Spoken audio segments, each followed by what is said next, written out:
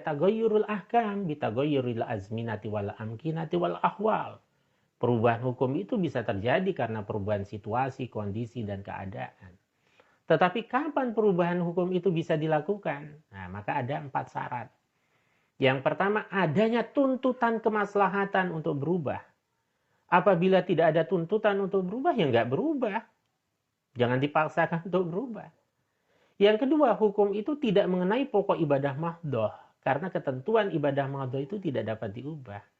Subuh tetap 2 rakaat dalam kondisi normalnya maupun tidak normalnya tetap 2 rakaat. Hanya bagaimana melaksanakan ada rukhsah ketika ada uzur syar'i.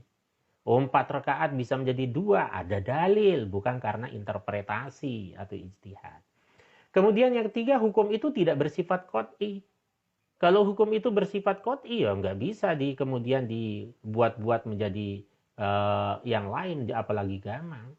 Riba itu ya tetap haram. Nah, cuma apakah ini masuk kategori riba atau enggak? Nah, itu butuh ijtihad untuk melihat analognya, ala thariqatil qiyas.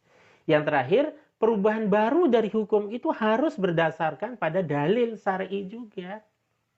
Jadi memahami satu dalil harus berdasarkan dalil, bukan berdasarkan logika ansih. Nah, karena itu kita membuat pengembangannya sehingga fatwa kita, putusan kita menjadi lebih komprehensif, lebih ilmiah, tapi lebih argumentatif sesuai dengan syariat. Maka ada pendekatan, ada pengembangan menggunakan nilai-nilai dasar yang kita sebut al-qiyam al-asasiyah.